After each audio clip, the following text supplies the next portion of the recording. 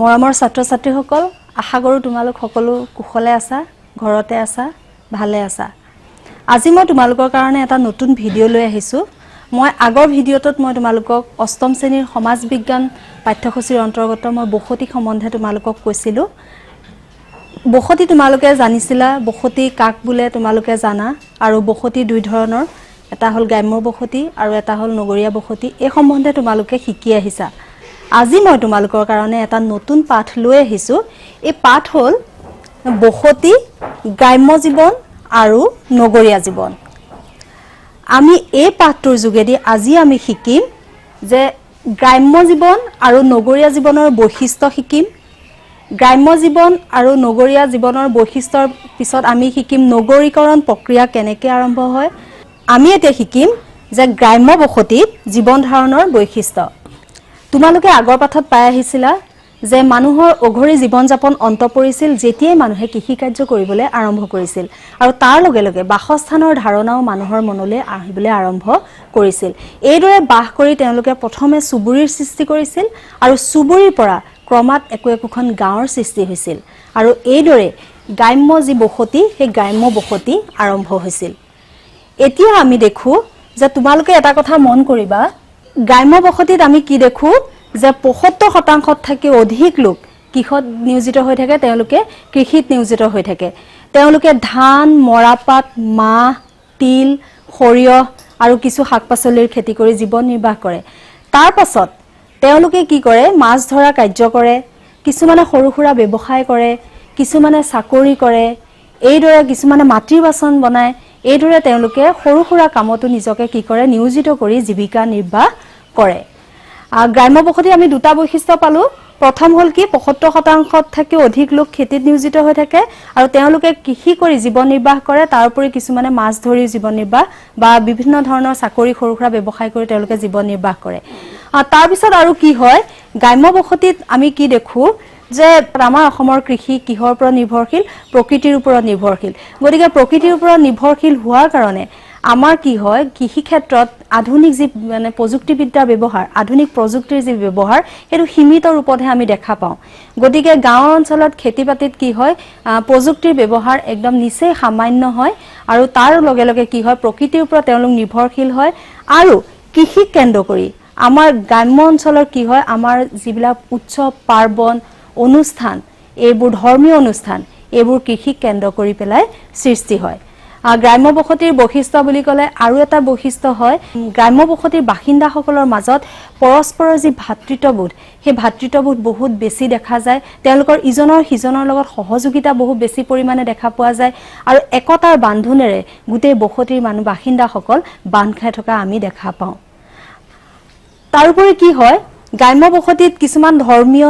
অনুষ্ঠান থাকে, কিছুমান সামাজিক অনুষ্ঠান থাকে। যেনে ধৰা গ্ৰাম্য বসতিত নামঘৰ দেখোঁ, আমি গীৰ্জা দেখোঁ, মছজিদ দেখোঁ, আৰু সামাজিক অনুষ্ঠান হিচাপে কিছুমান আমি সংঘ দেখিবলৈ পাওঁ, য'ত নেকি যিবিলাক ৰাজহুৱা এটা ব্যৱস্থা থাকে, তাত কি হয় যে সাধাৰণ যিবিলাক বাক বিতণ্ডা, ৰাইজৰ মাজত সততে সমাধান কৰিব পৰা যিবিলাক বিচাৰ, এইবিলাক এনেধৰণৰ অনুষ্ঠানৰ যোগেদিও সমাধান কৰা আমি দেখা পাওঁ। তোমালোকে বসতিত পঢ়ি আহিছা, গ্ৰাম্য জীৱনৰ পঢ়ি আহিছা, এতিয়া তোমালোকে শিকিলা কি, গ্ৰাম্য বসতিৰ বৈশিষ্ট্য দেখিলা। তাৰমানে গ্ৰাম্য বসতিত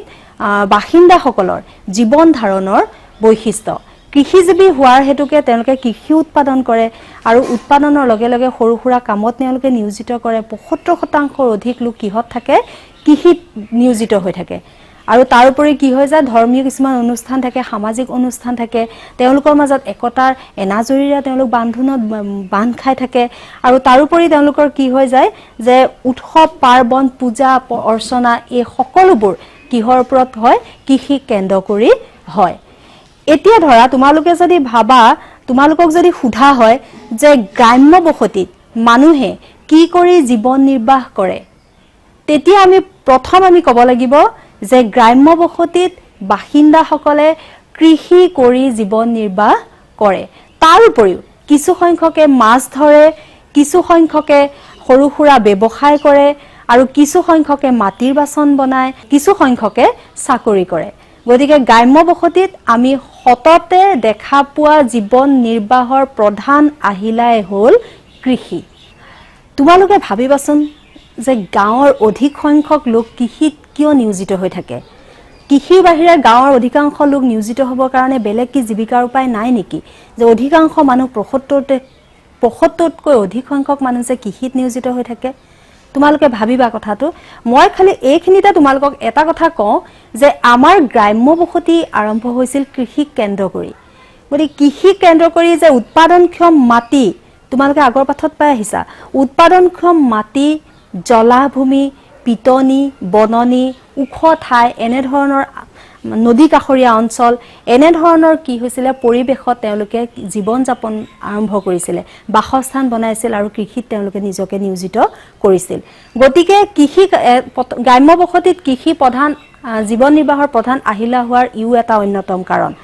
তদুপৰি গাঁৱত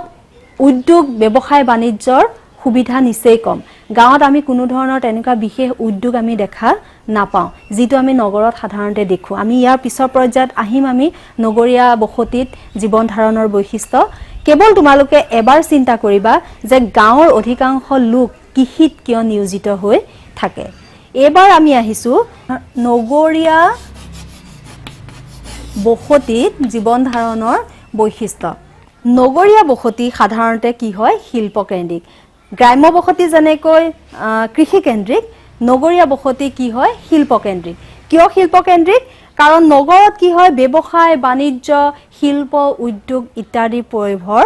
বেছি তদুপৰি এটা কথা মনত ৰাখিবা গাঁৱত যেনেকৈ ৭৫তকৈ অধিক শতাংশ লোক কৃষিত নিয়োজিত হৈ থাকে ঠিক তেনেকৈ নগৰত ৭৫% বা ততোধিক লোক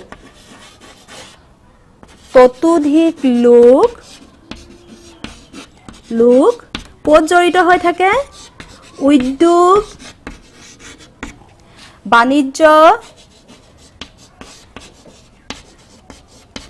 আৰু বিভিন্ন সেৱামূলক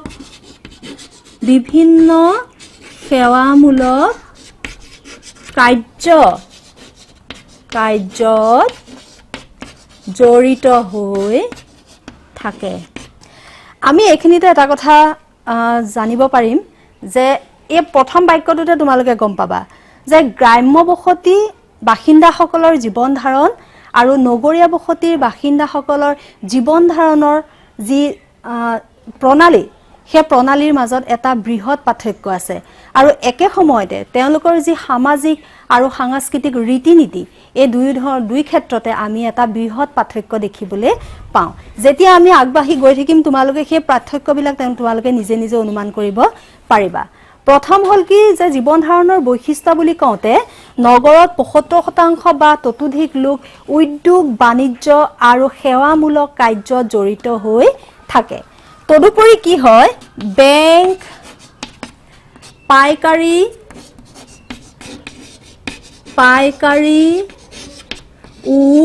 খুচুৰা মানে আৰু খুচুৰা বিক্ৰী কেন্দ্ৰ আমি দেখো লগতে কি থাকে বিভিন্ন ধৰণৰ ব্যৱসায়িক প্ৰতিষ্ঠান থাকে আৰু নগৰৰ যি নগৰৰ কেন্দ্ৰৰ আশে-পাশে কি থাকে শিক্ষানুষ্ঠান থাকে বিভিন্ন ধৰণৰ উদ্যোগ থাকে আৰু কি থাকে তাৰ লগে লগে কাৰ্যালয় কিছুমান থাকে নগৰৰ যি সদৰ ঠাই যি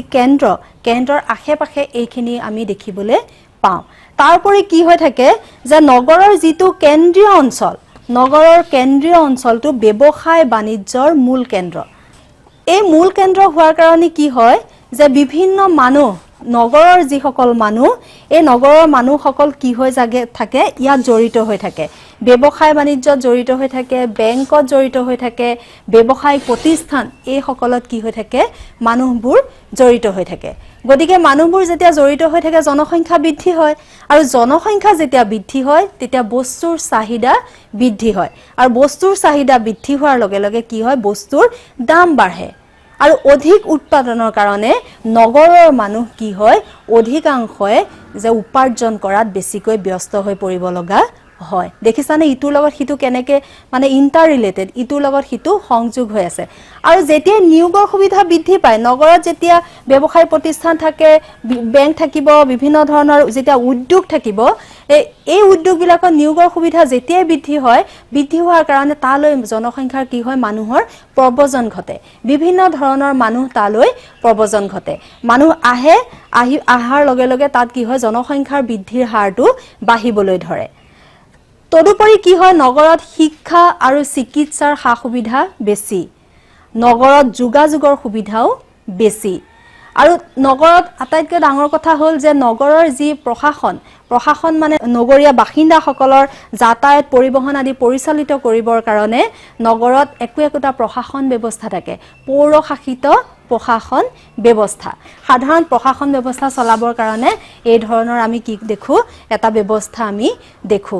তদুপৰি নগৰত আমোদ প্ৰমোদৰ সুবিধা বেছি কিয় নগৰত আমোদ প্ৰমোদৰ সুবিধা বেছি নগৰত কিছু উদ্যান থাকে জলে নেকি মানুহে অৱসৰ বিনোদন কৰিব পাৰে কথাছবি ঘৰ থাকে তাৰোপৰি নগৰত কিছুমান খেল পথাৰ থাকে আৰু তাৰোপৰি নগৰত কি থাকে যে নাট ঘৰ থাকে য'ত নেকি মানুহে নাটক পৰিবেশন কৰিব পাৰে বিভিন্ন ধৰণৰ অৱসৰৰ সুবিধা নগৰত আমি দেখিবলৈ পাওঁ কেৱল আমি এটা কথা আজি শিকিলো আৰু দেখিলো যে গ্ৰাম্য বসতিৰ যি জীৱন ধাৰণৰ প্ৰণালী তাৰ নগৰৰ লগত নিমিলে নগৰৰ লগত বৃহৎ পাৰ্থক্য আছে সামাজিক ক্ষেত্ৰত পাৰ্থক্য আছে আৰু সাংস্কৃতিক ৰীতি-নীতিৰ ক্ষেত্ৰতো পাৰ্থক্য আছে কিন্তু এটা কথা ঠিক যে নগৰত খাদ্যবস্তু উৎপাদনৰ প্ৰক্ৰিয়াটো সীমিত নগৰত খাদ্যবস্তুৰ যোগান ক'ৰ পৰা ধৰা হয় গ্ৰাম্য অঞ্চলৰ পৰা নগৰত খাদ্যবস্তুৰ যোগান ধৰা হয় তাৰ মানে যি উন্নত জীৱন ধাৰণ প্ৰণালীত যদিও গ্ৰাম্য বসতিৰ বাসিন্দাসকল পিছপৰা বা গ্ৰাম্য জীৱনৰ যি জীৱন প্ৰণালী যদি উন্নত জীৱন ধাৰণত যদিও পিছপৰা কিন্তু খাদ্য উৎপাদনত তেওঁলোক আগবঢ়া গতিকে আমি এতিয়া শিকিলো যে গ্ৰাম্য বসতিত জীৱন ধাৰণৰ বৈশিষ্ট্য আৰু নগৰীয়া বসতিত জীৱন ধাৰণৰ বৈশিষ্ট্য এতিয়া আমি আহিছো যে নগৰীকৰণ প্ৰক্ৰিয়া এদিনতে হোৱা প্ৰক্ৰিয়া নহয়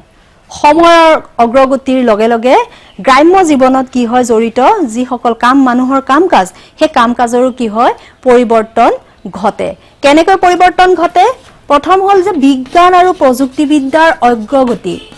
তাৰ পিছত হয় জনসংখ্যা বৃদ্ধি তাৰ পিছত হয় কি কৃষি কাৰ্যত আধুনিকীকৰণ সব উদ্যোগ স্থাপন মূলত এই কেইটা বিষয়ে কি কৰে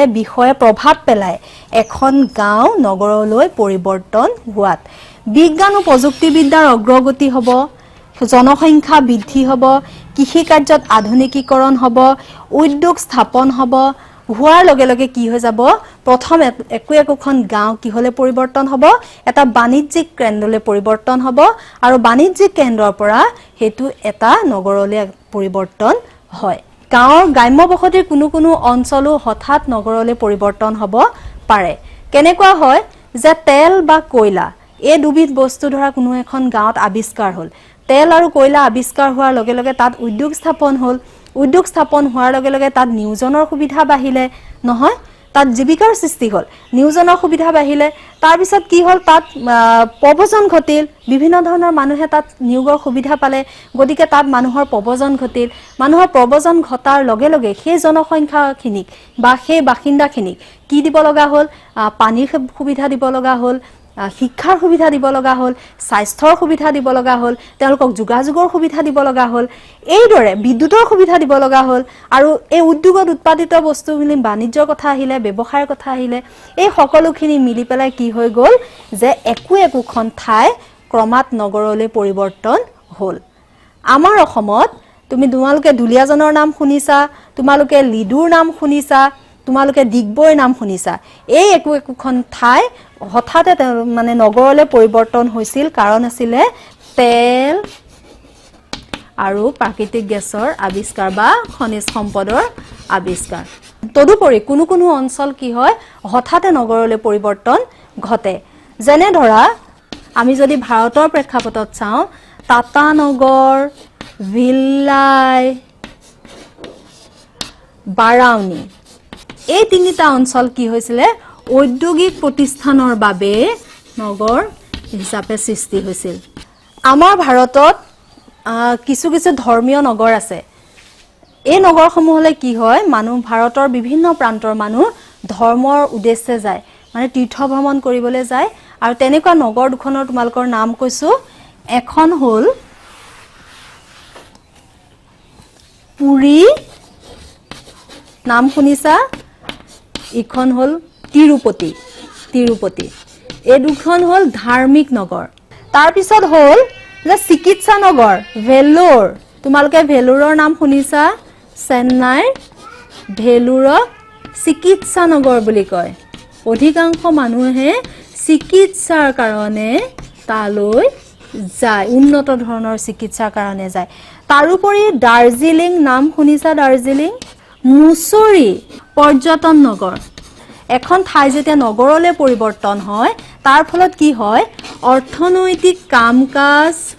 তাৰপিছত জনসংখ্যাৰ গঠন ভাষা সংস্কৃতি আদিৰ পৰিৱৰ্তন ঘটে নগৰীকৰণৰ ফলত কি হয় যেতিয়া কোনো এটা অঞ্চল ধৰা গ্ৰাম্য বসতিৰ কোনো এটা অঞ্চল যেতিয়া নগৰলৈ পৰিৱৰ্তন হ'ব এই নগৰীকৰণৰ ফলত কি হৈ যায় আমি দেখো যে অৰ্থনৈতিক কাম-কাজ আগতে কৃষি কেন্দ্ৰিক যেটো জীৱিকা নিৰ্বাহৰ যেটো প্ৰক্ৰিয়া তাৰ পৰা কি হৈ যায় শিল্প কেন্দ্ৰিকলৈ গুচি আহে গতিকে তাৰ অৰ্থনৈতিক কাম-কাজ বিলাক খলনি হৈ যায় তাৰপিছত জনসংখ্যাৰ গঠন যেতিয়া নিয়োগৰ সুবিধা বৃদ্ধি হয় গতিকে বাহিৰৰ পৰা প্ৰব্ৰজনকাৰী আহি পেলাই তাত নিয়োগৰ সুবিধা লয় গতিকে জনসংখ্যা বৃদ্ধি হয় আৰু তাৰ পিছত ভাষা সংস্কৃতি যেতিয়া জনসংখ্যা বৃদ্ধি হ'ব বিভিন্ন প্ৰান্তৰ পৰা মানুহ আহিব ভিন্ন সাংস্কৃতিক পৰিচয় লৈ মানুহ আহিব সেই সাংস্কৃতিক পৰিচয়বোৰ কি হ'ব ইয়াত আহি পেলাই নগৰখনত আহি পেলাই তাত প্ৰভাৱ পৰাৰ কাৰণে ভাষা সংস্কৃতি আদিৰ কি হয় পৰিৱৰ্তন ঘটে তাৰ মানে নগৰীকৰণ আমি শিকিলো যে নগৰীকৰণ হঠাতে হোৱা এটা প্ৰক্ৰিয়া নহয় বিজ্ঞান প্ৰযুক্তিবিদ্যাৰ প্ৰয়োগ তাৰ পিছত জনসংখ্যাৰ গঠন বা জনসংখ্যাৰ বৃদ্ধি তাৰ পিছত কি হয় উদ্যোগ স্থাপন আৰু কৃষি আধুনিকীকৰণ এই কেটাৰ কাৰণে একোখন ঠাই নগৰলৈ পৰিৱৰ্তন হয় আৰু নগৰলৈ পৰিৱৰ্তন হোৱাৰ ফলত নগৰৰ যি অৰ্থনৈতিক কাম-কাজ যি জনসংখ্যাৰ গঠন যি ভাষা সংস্কৃতি আদিৰ পৰিৱৰ্তন ঘটে আৰু ইয়াৰ লগে লগে তোমালোকক মই কেখনমান নগৰৰ উদাহৰণ দিলো যি ধৰ্মীয় নগৰ হিচাপে পৰিচিত যি পৰ্যটন নগৰ হিচাপে পৰিচিত যি চিকিৎসা নগৰ হিচাপে পৰিচিত নগৰীকৰণৰ প্ৰক্ৰিয়াত কিন্তু আৰু এটা মানে মূল কথা হ'ল যে কাক ভিত্তি কৰি নগৰীকৰণ হৈছে বুলি আমি ধৰি ল'ব পাৰিম এখন ঠাই যে নগৰ হৈছে উদ্যোগ স্থাপন হলে বা বিভিন্ন ধৰণৰ বাণিজ্যিক সুবিধা হলে যে সেইখন ঠাই নগৰ হ'ব সেই কথাটো কেনেকৈ নিৰ্ধাৰণ কৰা হ'ব তাৰ নিৰ্ধাৰিত মানে মাপক কি আছে তাৰ নিৰ্ধাৰিত মাপক হ'ল যে আমাৰ এটা লোকপিয়ল বিভাগ আছে লোকপিয়ল বিভাগে কি কৰে কোনো এখন ঠাই নগৰ হৈছে নে নাই তাৰ পৰিমাপন কৰে লোকপিয়ল বিভাগে পৰিমাপন কৰে কিহৰ ওপৰত ভিত্তি কৰি কৰে লোকপিয়ল বিভাগে জনসংখ্যাক ভিত্তি কৰি নগৰ নিৰ্ধাৰণ কৰে এতিয়া মই তোমালোকক সৰু এটা উদাহৰণ দিছো আমাৰ ভাৰতত কোনো এখন ঠাইত যদি ৫৫০০ জন বাসিন্দা থাকে আমেৰিকা যুক্তৰাষ্ট্ৰত ২৫০০ জন আৰু জাপানত ৩০,০০০ জন বাসিন্দা থাকে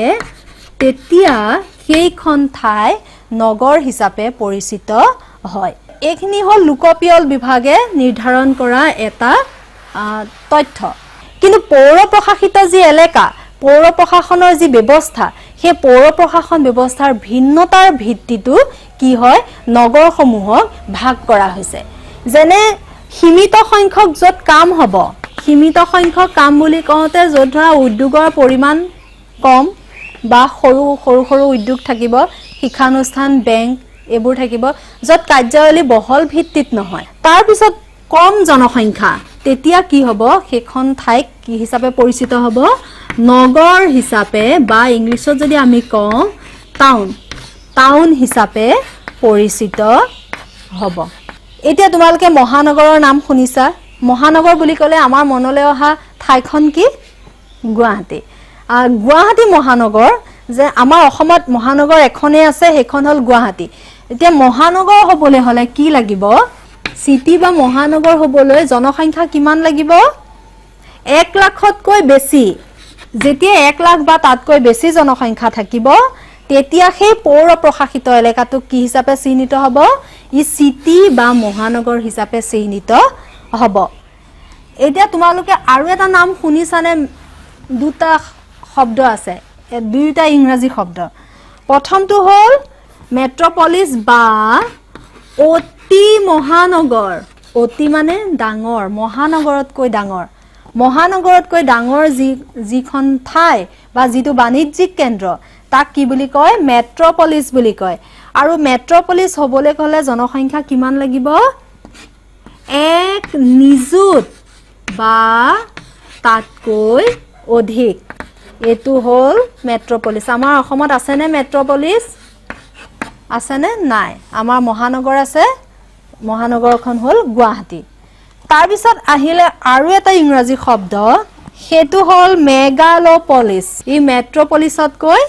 ডাঙৰ একোখন মহানগৰ বা একোখন সিটি তাক কেন্দ্ৰ কৰি পেলাই কিছুমান সৰু সৰু নগৰপুঞ্জৰ সৃষ্টি হয় এই যে সৰু সৰু নগৰপুঞ্জৰ সৃষ্টি হয় এই নগৰপুঞ্জখন আৰু মহানগৰখনক একেলগে কি বুলি কয় মেগালোপলিস বুলি কোৱা হয় তাৰ মানে আমি শিকিলো যে টাউন হ'বলে বা নগৰ হ'বলে কি হ'ব য'ত নেকি সীমিত বাণিজ্যিক কেন্দ্ৰ য'ত নেকি সীমিত সংখ্যক কাৰ্য হ'ব আৰু জনসংখ্যা কম হ'ব তেতিয়া কি হ'ব নগৰ হিচাপে পৰিচিত হ'ব তাৰ পিছত আমি আহি পালো কি যে সিটি বা মহানগৰ কেনেকৈ সৃষ্টি হ'ব 1 লাখ বা ততোধিক যেতিয়া জনসংখ্যা হ'ব তাকে মহানগৰ হিচাপে স্বীকৃতি দিয়া হ'ব তাৰ পিছত আহিলে মেট্ৰপলিস কাক কয় অতি মহানগৰ তাৰ মানে 1 নিযুত বা 1 নিযুততকৈ বেছি আৰু 5 নিযুততকৈ কম 1 নিযুততকৈ বেছি আৰু 5 নিযুততকৈ কম যিখন মানে বাণিজ্যিক কেন্দ্ৰ তাক কি ক'ব মানে মেট্ৰপলিস বুলি ক'ব তাৰ পিছত আহিলে মেগালোপলিস কাক ক'ব যে এখন মহানগৰক কেন্দ্ৰ কৰি তাৰ উপকণ্ঠ অঞ্চলত সৃষ্টি হোৱা সৰু বৰ নগৰসমূহ লগ হৈ যি নগৰপুঞ্জৰ সৃষ্টি কৰে তাক একেলগে কি বুলি কয় মেগালোপলিস বুলি কোৱা হয় এতিয়া আমি শিকিম বিভিন্ন শ্ৰেণীৰ নগৰ তাৰ মানে নগৰ বিলাকৰ ভাগ প্ৰথম আহিলে উৎপত্তিৰ যুগ মানে সময় আমাৰ যি প্ৰাক ঐতিহাসিক যুগ মানে তোমালোকে বুজি পাইছানে যে ইতিহাস লিপিবদ্ধ যেতিয়া হৈছিলে ইতিহাস লিপিবদ্ধ হোৱাৰ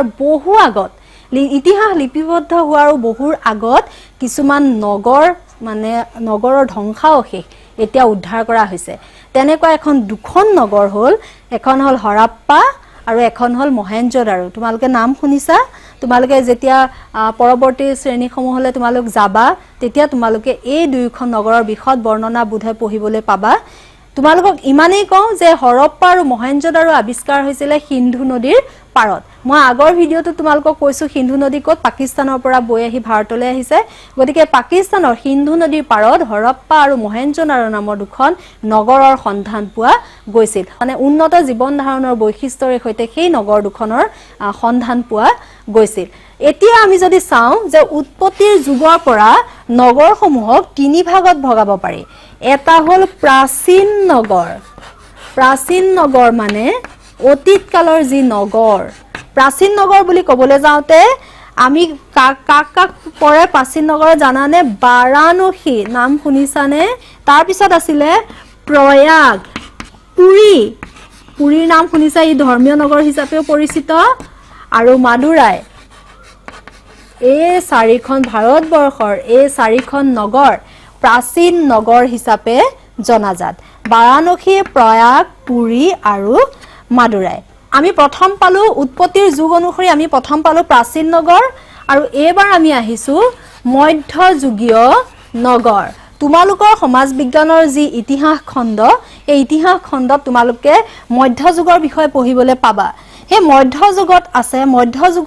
মধ্যযুগৰ সময়ছোৱাত যি কেইখন নগৰৰ সৃষ্টি হৈছিল সেই কেইখন নগৰকে মধ্যযুগীয় নগৰ হিচাপে পৰিচিত বুলি কয় বা সেই কেইখনকে মধ্যযুগীয় নগৰ বুলি জনা যায় এটা মধ্যযুগীয় নগৰৰ আমি কি কি উদাহৰণ আমি পাব পাৰো দিল্লী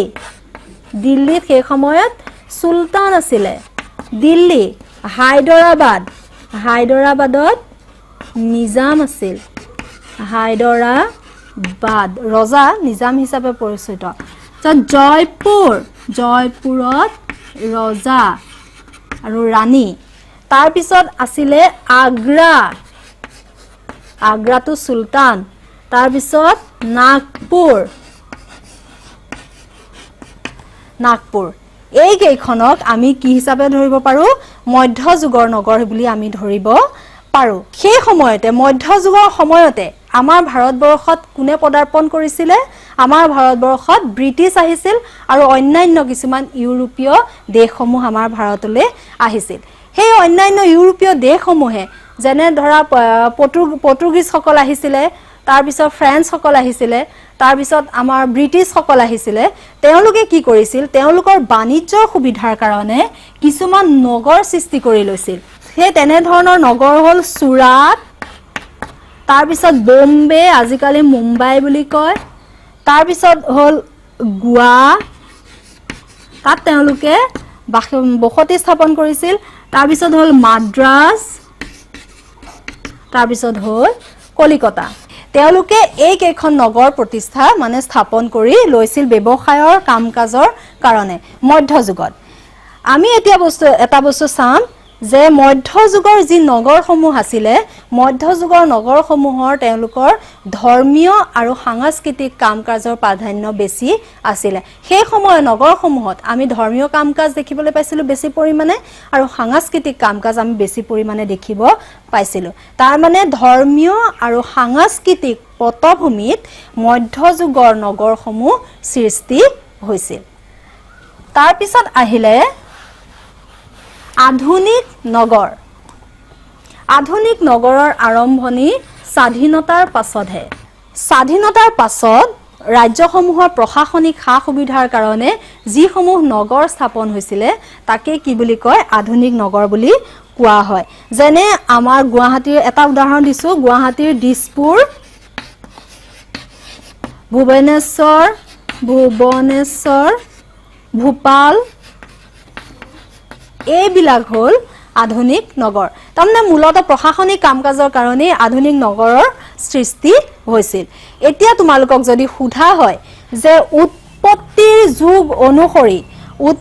যুগ অনুসৰি নগৰসমূহক কেইভাগত ভগোৱা হৈছে তেতিয়া আমি কম যে উৎপত্তিৰ যুগ অনুসৰি তাৰ মানে উৎপত্তিৰ সময় অনুসৰি উৎপত্তিৰ যুগ অনুসৰি নগৰসমূহক তিনি ভাগত ভগোৱা হৈছে প্ৰাচীন নগৰ অতীতৰ যি নগৰ পুৰণি একদম প্ৰাচীন নগৰ তাৰ পিছত হ'ল মধ্যযুগীয় নগৰ আৰু তাৰ পিছত হ'ল আধুনিক নগৰ এতিয়া আমি আহো যে নগৰসমূহৰ এটো হ'ল উৎপত্তিৰ যুগ দুই ধৰণৰ নগৰৰ সৃষ্টি হৈছিল এটা হ'ল উৎপত্তিৰ যুগৰ ওপৰত প্ৰাধান্য কৰি আৰু এটা হ'ল উৎপত্তিৰ কাৰণ উৎপত্তিৰ কাৰ্যৰ প্ৰাধান্যৰ ওপৰতো ভিত্তি কৰি নগৰৰ সৃষ্টি হৈছিল এটা হ'ল উৎপত্তিৰ যুগ অনুসৰি তিনিখন নগৰ আৰু উৎপত্তিৰ কাৰণ আৰু কাৰ্যৰ প্ৰাধান্য অনুসৰি নগৰৰ সৃষ্টি হৈছিল আমাৰ অসমৰ তেজপুৰ যেতিয়াই সততে তেজপুৰৰ নাম মনলৈ আহে আমি তেতিয়া কি বুলি কওঁ তেজপুৰখনক সাংস্কৃতিক নগৰী বুলি কওঁ নহয় যে তেজপুৰ হ'ল সাংস্কৃতিক নগৰী বিশেষণটো তেজপুৰৰ আগত মানে অটোমেটিক্যালি নিজে আহি যায় এই যে সাংস্কৃতিক নগৰ এইটোৱে হ'ল উৎপত্তিৰ কাৰণ আৰু কাৰ্যৰ প্ৰাধান্য সাংস্কৃতিক কাম-কাজ বেছি হয়নে তাৰ পিছত আহিলে যে শিৱসাগৰ বুলি ক'লে আমাৰ মনলৈ কি আহে শিৱসাগৰ বুলি ক'লে আমাৰ মনলৈ আহে যে আহোমসকলে তেওঁলোকৰ ৰাজত্ব কালত বনাই থৈ যোৱা কীৰ্তিচিহ্নসমূহ গতিকে বুৰঞ্জীমূলক নগৰ শিৱসাগৰখন কি নগৰ বুৰঞ্জীমূলক নগৰ তেনেকে এই যে কাৰ্যৰ প্ৰাধান্য তাৰ ওপৰত ভিত্তি কৰি বহুকেইখন নগৰৰ সৃষ্টি হৈছে প্ৰথম হৈছে প্ৰশাসনিক নগৰ প্ৰশাসন ব্যৱস্থাৰ কাৰণে সৃষ্টি কৰা নগৰ দেই আমাৰ অসমত প্ৰশাসনিক নগৰৰ নগৰে বেছি তাৰ পিছত হল বাণিজ্যিক নগৰ ব্যৱসায় বাণিজ্যৰ কাৰণে অকমান আগত মই তোমালোকক টাটা নগৰ কৈ আহিছিলো টাটা নগৰৰ কথা কৈছিলো সব ভিলাই কথা কৈছিলো বাণিজ্যিক নগৰ আমাৰ অসমত বাণিজ্যিক নগৰ আছে দিগবৈ আছে তাৰ পিছত আছে দুলিয়াজান আছে নুমলীগড় আছে তাৰ পিছত হল ঔদ্যোগিক নগৰ যত উদ্যোগৰ পৰিমাণ বেছি ঔদ্যোগিক নগৰ আমাৰ আমিনগাঁও তাৰ পিছত আছে পৰ্যটন নগৰ আমাৰ অসমত পৰ্যটন নগৰ আছে নে আছে আমাৰ তেজপুৰ আছে আপাৰ আসামৰ ফালে শিৱসাগৰ গুৱাহাটী এইবিলাক পৰ্যটন নগৰ তাৰ পিছত পৰিবহন কেন্দ্ৰিক নগৰ যত নেকি পৰিবহন ব্যৱস্থা শক্তিশালী যৰ পৰা নেকি বিভিন্ন ঠাইলৈ গাড়ী মটৰ চলে পৰিবহন কেন্দ্ৰিক নগৰ তাৰ পিছত হল সাংস্কৃতিক নগৰ মই অকনমান আগত কৈ আহিছিলো আমাৰ তেজপুৰৰ কথা সাংস্কৃতিক নগৰ তাৰ পিছত হল খনিজ নগৰ তাৰ মানে যত খনিজ সম্পদৰ পয়োভৰ বেছি আমাৰ মাৰ্ঘেৰিটা লিডু এইবিলাক খনিজ নগৰ তাৰ পিছত হল সেনা ছাউনী নগৰ যিখন নগৰত সেনা ছাউনীৰ বাবে বিখ্যাত সেনা ছাউনী নগৰ তাৰ পিছত হল শিক্ষা কেন্দ্ৰিক নগৰ এতিয়া চোৱা শিক্ষা কেন্দ্ৰিক নগৰ সকলো নগৰে কম বেছি পৰিমাণে শিক্ষাৰ কি কৰে পোহৰ বিলায় কিন্তু তথাপিতো শিক্ষা কেন্দ্ৰিক নগৰ বুলি কৈছে আমি যদি আমাৰ অসমৰ প্ৰেক্ষাপট চাওঁ তেনেহলে আমি শিক্ষা কেন্দ্ৰিক নগৰ বুলি ক'লে আমি প্ৰথমে নাম লম আমি তেজপুৰত কি আছে মেডিকেল কলেজ আছে তাৰপৰে এখন কি আছে আমাৰ কেন্দ্ৰীয় যি বিশ্ববিদ্যালয় আছে তাৰ পিছত আমি যদি চাওঁ যে আমাৰ নগাঁও জিলাখনো নগাঁও যিখন নগৰ নগাঁওখনো কি হয় তা শিক্ষা কেন্দ্ৰিক নগৰ হিচাপে আমি ক'ব পাৰো কাৰণ বিভিন্ন ঠাইৰ ছাত্ৰ ছাত্ৰী আহে ইয়াত শিক্ষা গ্ৰহণ কৰিবৰ কাৰণে আহে গুৱাহাটী শিক্ষা কেন্দ্ৰিক নগৰ কাৰণ বিভিন্ন ঠাইৰ ছাত্ৰ ছাত্ৰী তাত পঢ়িবৰ উদ্দেশ্যে যায় উচ্চ শিক্ষা লাভৰ কাৰণে যায় তাৰ পিছত আহিলে বুৰঞ্জী প্ৰসিদ্ধ নগৰ মই অকনমান আগত কৈছিলো বুৰঞ্জী প্ৰসিদ্ধ নগৰ শিৱসাগৰৰ কথা কৈছিলো নহয় বুৰঞ্জী প্ৰসিদ্ধ নগৰ এই যে কিবা এটা নিৰ্দিষ্ট বিষয়ক কেন্দ্ৰ কৰি নগৰৰ উৎপত্তি হৈছিল আৰু পিছলৈ কি হৈছিল সেই নিৰ্দিষ্ট বিষয়টোতে হি কেন্দ্ৰীভূত হৈ থকা নাছিল ই বেলেগ বিষয়লৈ আগবাঢ়ি গৈছিল এনে ধৰণে নগৰৰ উৎপত্তিৰ যুগ আৰু উৎপত্তিৰ কাৰ্য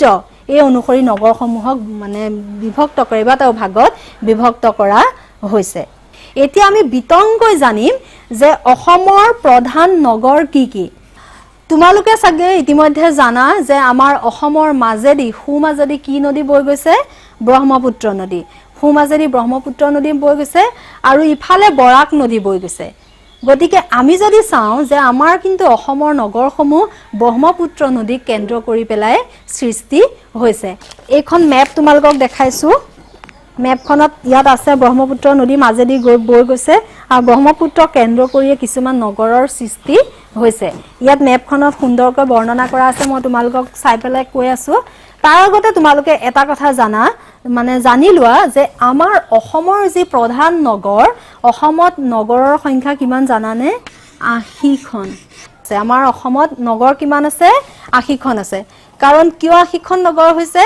যেতিয়া আমাৰ কি হৈছে জিলাসমূহ নতুন জিলা গঠন হৈছে জিলাৰ লগে লগে মহকুমা গঠন হৈছে আৰু মহকুমা গঠন হোৱাৰ লগে লগে নগৰৰ কিছুমান সৃষ্টি হৈছে যদিও ৮০খন নগৰ আছে তাৰে ভিতৰত এখন কি আছে মহানগৰ আছে আৰু অকনমান আগত মই তোমালোকক কৈছিলো যে মহানগৰ হ'বলৈ জনসংখ্যা কিমান লাগে 1 লাখ বা তাতকৈ অধিক গতিকে আমাৰ অসমত গুৱাহাটীখনক বাদ দি পেলাই কিমানখিনি জনসংখ্যাৰ নগৰ আছে যেনে আমি যদি ডিব্ৰুগড়লৈ চাওঁ ডিব্ৰুগড়কো আমি দেখিম কিন্তু একমাত্ৰ মহানগৰ হিচাপে স্বীকৃতি কোনে পাইছে গুৱাহাটীয়ে পাইছে আৰু গুৱাহাটীৰ যি পৌৰ প্ৰশাসন ব্যৱস্থা সেই পৌৰ প্ৰশাসন ব্যৱস্থা কোনে পৰিচালিত কৰে পৌৰ নিগমে বাকি নগৰসমূহত কোনে পৰিচালিত কৰে নগৰসমূহত কৰে পৌৰ সভা আৰু নগৰ পালিকা সীমিত জনসংখ্যা যত থাকিব পৌৰসভা আৰু পৌৰসভাত থাকিব যেতিয়া সীমিত সংখ্যক জনসংখ্যা হ'ব তেতিয়া তাক কি ক'ব নগৰ পালিকা বুলি ক'ব গুৱাহাটী একমাত্ৰ মহানগৰ যাক নেকি পৌৰ প্ৰশাসন ব্যৱস্থাক পৌৰ নিগমে পৰিচালিত কৰে আমাৰ অসমৰ যিখন এইখন ব্ৰহ্মপুত্ৰ নদীক কেন্দ্ৰ কৰিয়ে কি হৈছে কিছুমান সৰুবৰ নগৰৰ সৃষ্টি হৈছে আৰু ব্ৰহ্মপুত্ৰ নদীখনক কেন্দ্ৰ কৰাৰ কাৰণে এই ঠাইখিনি ব্ৰহ্মপুত্ৰ নদীৰ কাষৰীয়া গোটেই অঞ্চলটো কি বুলি কয় ব্ৰহ্মপুত্ৰ উপত্যকা বুলি কোৱা হয় ব্ৰহ্মপুত্ৰ উপত্যকাৰ যিবিলাক নগৰ আছে সেই নগৰসমূহক প্ৰশাসনীয় নগৰ হিচাপে সৃষ্টি হৈছে আৰু এই নগৰসমূহে কি হল জিলা বা মহকুমাৰ সদৰ ঠাই আমি যদি পূব ফালৰ পৰা আহো তেতিয়া নগৰবিলাক আমি পাম তিনিচুকীয়া ডিব্ৰুগড় ধেমাজি শিৱসাগৰ উত্তৰ লখিমপুৰ যোৰহাট গোলাঘাট তেজপুৰ নগাঁও মৰিগাঁও মঙ্গলদৈ উদালগুৰি ৰঙিয়া মৰিগাঁও গুৱাহাটী নলবাৰী মুছলপুৰ বৰপেটা গোৱালপাৰা বঙাইগাঁও কাজলগাঁও কোকৰাঝাৰ ধুবুৰী এই কেইখন নগৰ মূলতঃ কাক কেন্দ্ৰ কৰি গঢ় লৈ উঠিছে ব্ৰহ্মপুত্ৰ কেন্দ্ৰ কৰি গঢ় লৈ উঠিছে তাৰোপৰি আমাৰ বৰাক উপত্যকাত আমি কি দেখো বৰাক উপত্যকাত থকা নগৰসমূহ হ'ল কৰিমগঞ্জ হাইলাকান্দি শিলচৰ তাৰ পিছত ডিমা হাছাওত আছে হাফলং আছে তাৰ পিছত আমাৰ কাৰ্বি আংলং জিলাত আছে ডিফু এই কেইখন হ'ল আমাৰ নগৰসমূহ এতিয়া বেছিভাগ নগৰ ক'ত আছে বেছিভাগ নগৰে কিন্তু ব্ৰহ্মপুত্ৰ উপত্যকাত আছে কিয় ব্ৰহ্মপুত্ৰ উপত্যকাত আছে আমি বসতিৰ পাঠটোত আগতে পঢ়ি আহিছিলো যে যতেই নেকি কৃষি উপযোগী মাটি সমতল তাৰোপৰি কি হয় বিভিন্ন যাতায়াতৰ সুবিধা ততেই মানুহে কি হৈছিল কেন্দ্ৰীভূতভাৱে বসতি স্থাপন কৰিছিল আৰু ক্ৰমাৎ সেই নগৰৰ সৃষ্টি হৈছিল গতিকে ব্ৰহ্মপুত্ৰ নিম্নভূমি অঞ্চল তাৰ ব্ৰহ্মপুত্ৰৰ মাটি হাৰুৱা গতিকে তাতো জনবসতি কি হৈছে ঘন হৈছে আৰু ইয়াৰ বহুত নগৰ অৰ্থনৈতিক আৰু শিক্ষা সংস্কৃতিৰো পান কেন্দ্ৰ তোমালোকে ঘৰত মেপখন আকৌ এবাৰ চাবা তাত যিখিনি জিলা আছে জিলাতেই কিন্তু ভাগ আছে নগৰ ভাগ হৈ আছে যেনে বৰপেটা জিলাত মুছলপুৰ এখন নতুন নগৰ হিচাপে সৃষ্টি হৈছে তাৰোপৰি কোকৰাঝাৰত কাজলগাঁও এখন নতুন নগৰ হিচাপে সৃষ্টি হৈছে গতিকে এনে ধৰণে ব্ৰহ্মপুত্ৰ উপত্যকাৰ যিখিনি নগৰ সেইখিনি ব্ৰহ্মপুত্ৰ উপত্যকাৰ নগৰৰ সংখ্যা বেছি আৰু বৰাক উপত্যকা কাৰ্বি আংলং জিলা আৰু ডিমা হাছাওত নগৰৰ সংখ্যা কম হিচাপে আমি দেখিব পাইছো ছাত্ৰ ছাত্ৰীসকল তোমালোকে তোমালোকৰ নিজৰ জিলাৰ একোখন প্ৰধান নগৰৰ কথা তোমালোকে কি কৰিবা ইতিহাস সম্পৰ্কে তোমালোকে জানিবলৈ চেষ্টা কৰিবা নিজৰ ঠাই যদি নগৰত বসবাস কৰি আছা তেনেহলে সেই নগৰখনে বা তোমালোকে যদি গাঁৱত বসবাস কৰি আছা তেনে তোমালোকৰ